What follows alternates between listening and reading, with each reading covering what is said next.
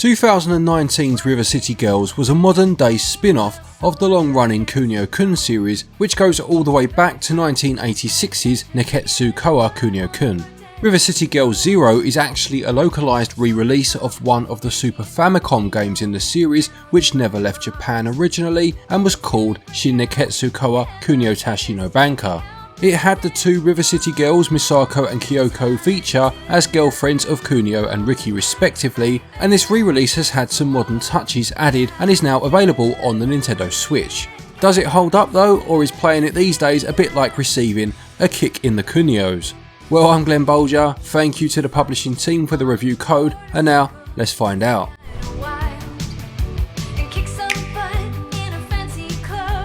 So in terms of story, Riki and Kunio are arrested after being set up for a crime they didn't commit. They escape from prison to find out that they appear to have doppelgangers running around the town and rivals have taken over their schools. This leads to them having to get to the bottom of things and clear their names. The story is actually taken quite seriously, but new to this rebranded re-release are cutscenes of Misako and Kyoko attempting to play the game that they star in after finding it in a pawn shop. This is handled in a self-referential manner, and the two girls display the same charm that made River City Girls such a hit. So River City Girls Zero then is a beat 'em up played on a 3D plane, although there are a couple of levels played out on a 2D plane, as well as occasional motorbike sections that break up the more traditional stages. You'll make your way through each stage, most of them playing in the traditional manner of going from one side of the screen to the other, although some of them are arranged slightly differently. You'll need to take out enemies on the screen in order to move on, and usually you'll reach a door which will take you to the next screen. You have a punch, a kick and a backwards attack available to you, and moves and abilities differ slightly between characters. To begin with, you have both Kunio and Riki to choose between, and you can select between each of these at any time by pressing the ZL button, but soon enough both Misako and Kyoko will also join the team, and the four characters effectively serve as your lives, a bit like the Ninja Turtles game on the NES from back in 1989. Toggling between them as your health gets low will be essential, as if one character loses all of their health, you will need to restart from the last auto save point, and I really did like this style.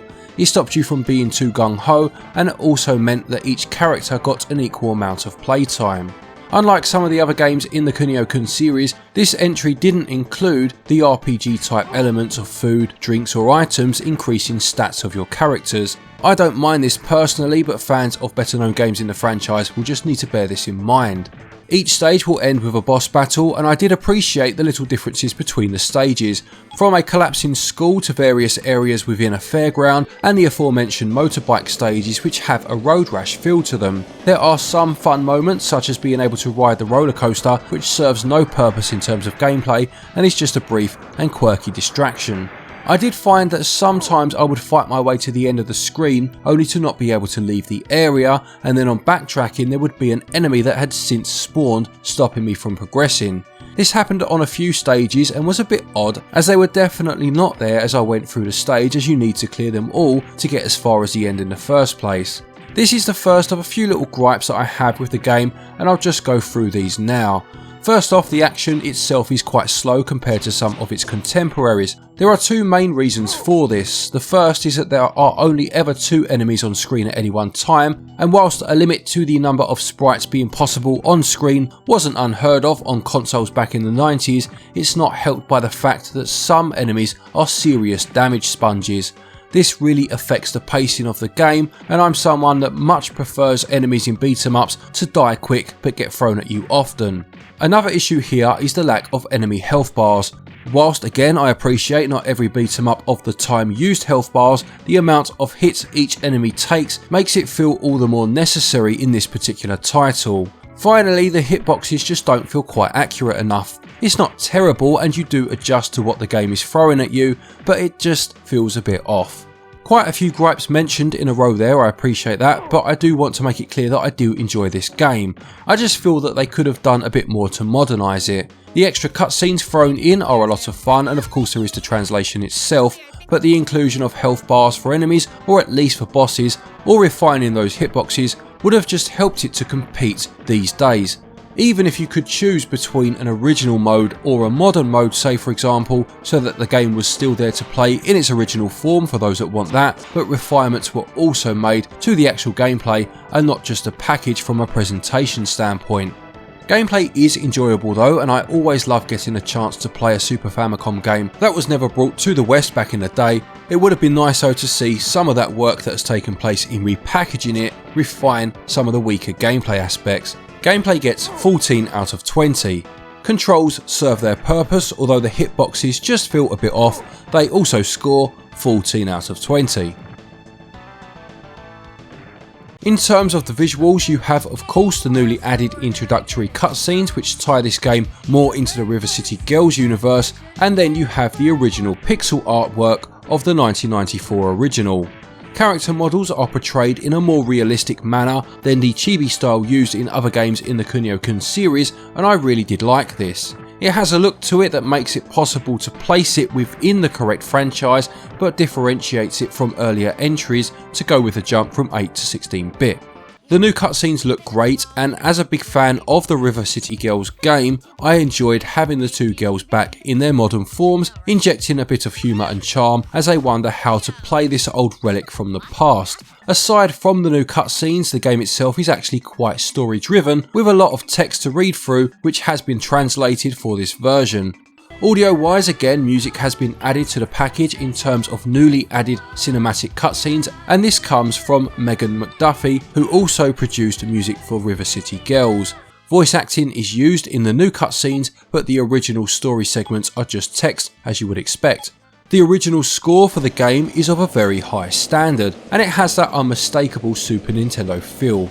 It manages to raise the stakes of what is happening on screen, and it builds to a triumphant crescendo as the stage goes on. As I mentioned, the text has been translated, and in fact there are two different versions. You have standard translation, which updates the language whilst keeping the general meaning of the original script, and you have a literal version which does exactly as the name suggests, and this includes leaving a few profanities in from that original game. Visuals are bright with chunky character sprites and new cutscenes added, and they get 15 out of 20. Audio is a very strong aspect of the game, both in terms of old and new music, and it gets 17 out of 20.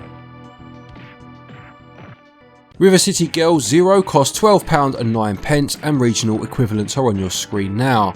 Now, in terms of this being a Super Famicom game that never made it to the West, it has been translated of course, and it has had those extra cutscenes inserted to bring it up to speed with the new River City Girls moniker. With that in mind, £12 doesn't seem overly unfair, but I do wish that some of the mechanics had also been refined a bit by way of an original version and a remastered version being included. As well as the game, you get a digitised version of the original Super Famicom manual, which is a nice touch, and I should mention that there is a local 2-player option available, which is a good time. Perhaps an online mode could have been added as well, but this probably would have pushed the price up that bit more to be fair, and on balance, value gets 13 out of 20. To conclude, River City Girls Zero is a good beat 'em up, albeit a little slower than some of its contemporaries and lacking a few of the touches featured in its peers. The features implemented to tie into the River City Girls spin-off series are great, but it is a shame that the refinements end at presentation and do not extend to some of the gameplay mechanics that haven't aged as well. It's still worth playing though, although perhaps at a slight sale price.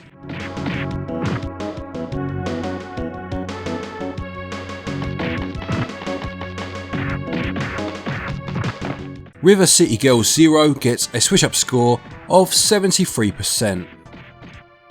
Thank you everybody for watching this review, I hope you enjoyed it. Please do remember to leave a like if you did. A quick thank you to our Patreons as always for your continued support, and to each and every one of you for watching our videos. Take care, and until next time, happy gaming.